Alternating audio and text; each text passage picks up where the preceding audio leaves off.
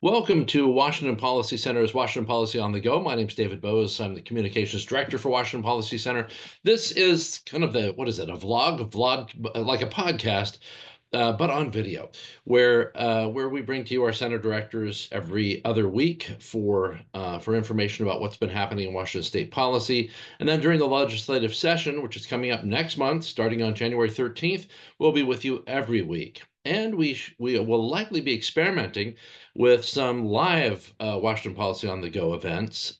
So stay tuned for that if you're interested in coming in, and that will give us an opportunity to have people ask questions in a live format. You can see what we're doing and maybe get some additional behind the scenes information as well. So watch for that. And of course, we've got the big holidays in between with Christmas and New Year's coming up. So everything's going to fly by very fast over the coming month.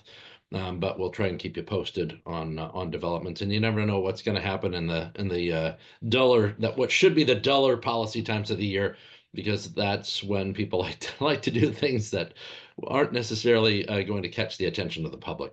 However, today we're going to talk with our center director for small business, Mark Harmsworth. But first, we're going to talk with Pam Lewison, our agriculture director.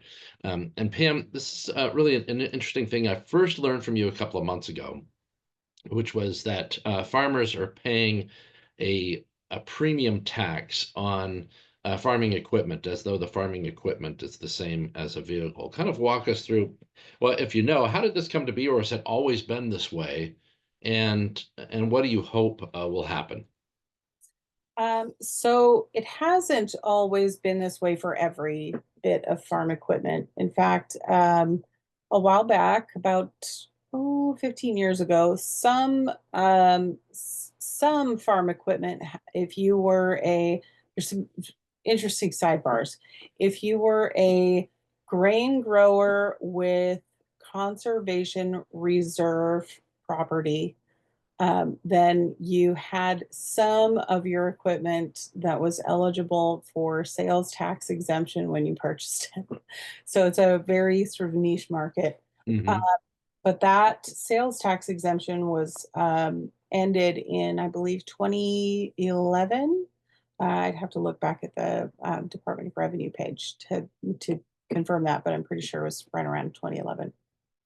Um, so what that means now is that if you're a farmer and you go into a tractor dealership or a similar equipment dealership, you are paying 6.5% sales tax, which is what you pay on a car or any vehicle that you purchase new for new or used farm equipment. So Now, this So let me stop you there, because when I hear that, I mean, I know when people buy a car, that's a significant 6.5% of your car price is a significant amount of money. But with farming equipment, I just want people to understand what this is like, because farming equipment is a lot more than your average car. So walk us through a couple of examples of farm equipment and what the added cost might be for farmers and what we're looking at here. so we'll take the example that I like to use is a combine because that's a pretty big ticket item, and probably I would argue probably the biggest one of the biggest ticket items you're going to buy. Now, if you buy a combine, that's going to run you about $750,000 for a decently priced combine that's probably a little bit used. It's probably not brand new, and that does not include a header. And for those of you who are not farm familiar, a header is the piece that goes on the front of the combine to make it useful. So it's we're talking about just the actual machine part. And if you've never seen a combine, it's basically a big toaster looking thing with enormous wheels on the front and little teeny wheels on the back, to give you just a rough visual aid. And it is about the size of the front of a semi truck. It's big. Um, so $750,000 at 6.5% sales tax, which is just the state's assessed value. So there's a comment in the chat.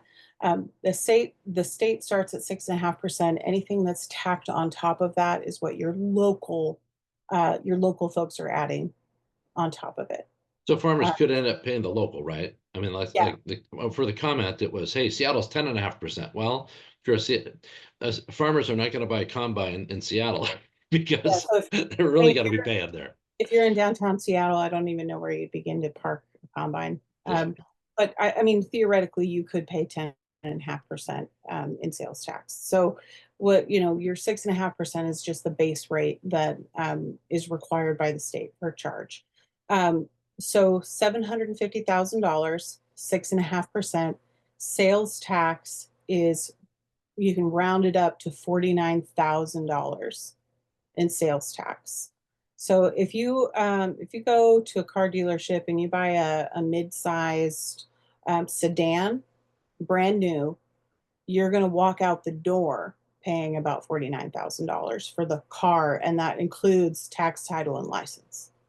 So in sales tax alone on a combine, you can buy a brand new car. That's what we're talking about.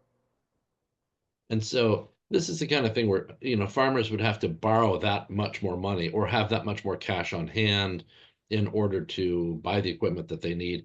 Is there a comparison with some other kind of industry where this tax is also applicable, or are there other industry breaks that farmers are not getting?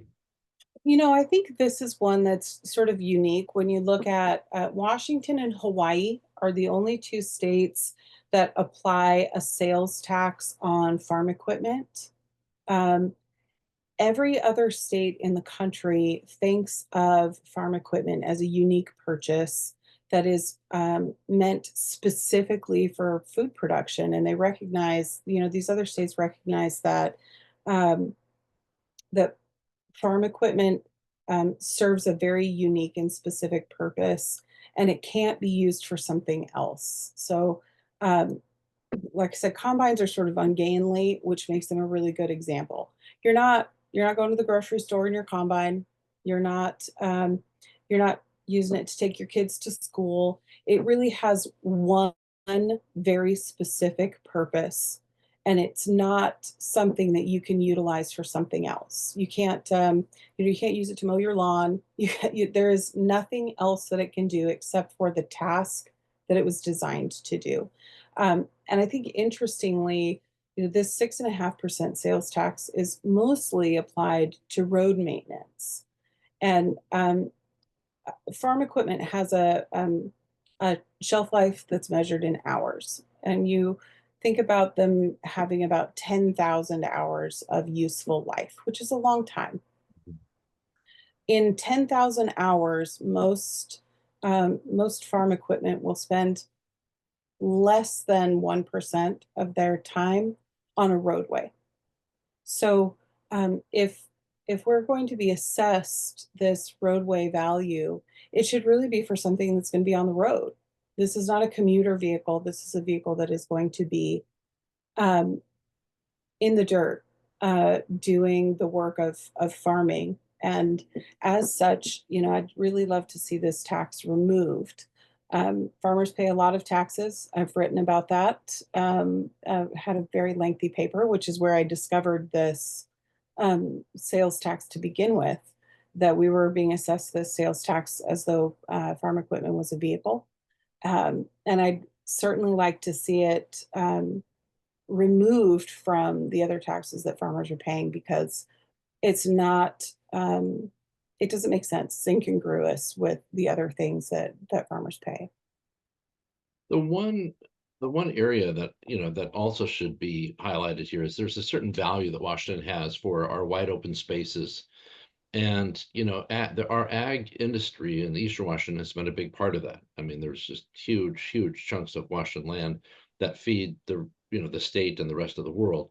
And that's a high value that people have is, there's with the with I forget what you'd call them, but little buffer zones. There's a lot of places for wildlife to go back and forth and forage and feed.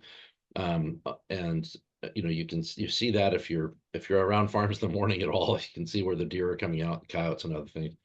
And so, with Washington farms disappearing, I know the rate, but I'm going to say it was what, 14 a week, 700 and some odd a year. I forget the exact number, but it's a lot, and it's at a historic, more farms disappearing in the last 3 years than did the previous, what was it, decade?